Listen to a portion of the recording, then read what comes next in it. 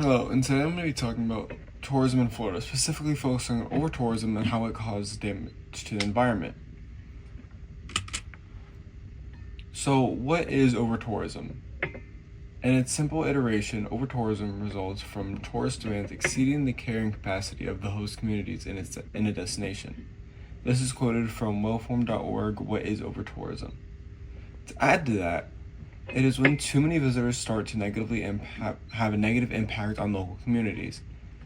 Many things like attractions, such as Disney or the Seven Wonders of the World, are good examples of places that have over-tourism. So, how does it cause environmental damage? Over-tourism causes environmental damage mainly because of how people treat these places. In Florida, areas like beaches, forts, and the Florida Keys are often damaged because visitors just don't take care of them. They will sometimes leave trash in the environment and just walk away. This is also a huge global issue around the world. Popular destinations like Venice, Machu Picchu, and the Great Barrier Reef are being harmed because of large numbers of tourists who don't respect the environment. Even if they don't know it, they can mess up a lot of things. So, I'm going to look at the local reach. In Florida, many environments have already been damaged or are currently being harmed. Some examples include the East Coast beaches like Daytona Beach, Miami Beach, and Fort Lauderdale Beach. Forts like Castillo de San Marcos, which are made up of coquina, which can be broken down by oils in our hands. And the Florida Keys surrounding waters are also in danger. Over time, these places are slowly being destroyed due to constant tourist activity. The global reach, over-tourism causes many environmental problems. The Great Barrier Reef suffers from coral bleaching, which is when coral releases zooxanthellae, which is a symbiotic algae inside their cells. This causes the coral to lose color in food, which can severely harm them. Damage caused by boats can also affect the Great Barrier Reef. Boats' anchors can destroy coral and kill some fish, as well as the emissions from these boats cause global warming, which is another result of coral bleaching. Venice is also slowly being eroded away into the sea due to the population from synthetic materials and emissions caused by boats that tourists take. Machu Picchu has seen increased tourism, which has led to more constructions like hotels and restaurants, damaging the surrounding environment, which was subtropical forests and riverine landscapes. So, local solutions in Florida have already been implemented. So, things to reduce environmental damage. For example, the West Coast has added more laws and restrictions to protect natural areas. This includes a curfew for minors, restaurants and bars being closed at a certain time, and restrictions on beaches.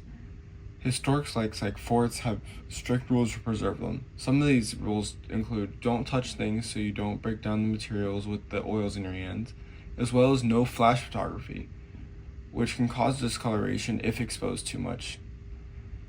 In the Florida Keys, organizations are working together to promote environment-friendly ways to protect the coastline. For example, the Nature Conservancy is working in a partnership with the Southeast Florida Regional Climate Change Compact and others to promote nature-based approaches to coastal protection throughout Southeast Florida and the Florida Keys. This is quoted from coastlinealliance.org. This basically just asks divers to be more careful when exploring and interacting with wildlife, so you can harm them less. Global solutions in different countries have also been taking action to combat over-tourism. For example, Venice has introduced rules that can fine tourists up to €50,000 to help control crowds and maybe deter anyone who tries to come. One way to get this hefty fine is to be too loud in a quiet place. Australia has also implemented laws and long-term plans to protect the Great Barrier Reef. This includes controlling the crown of thorns population, which this animal is a sea star that eats coral reefs as well populates fast, so it's harder to control their population.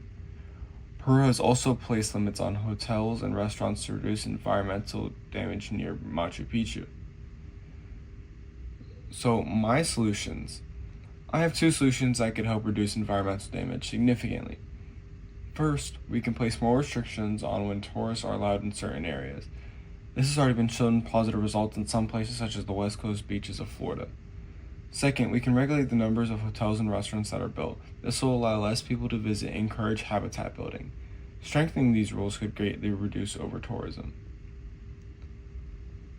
So my perspective is, overall, I believe over-tourism is a serious issue that needs more attention. If we don't take stronger action, many natural and historical places could be permanently damaged. By putting stronger rules in place and encouraging responsible tourism, we can help protect these environments for future generations by keeping our earth clean and healthy, as well as helping animals that live in these environments. And then these are my sources I use for my research.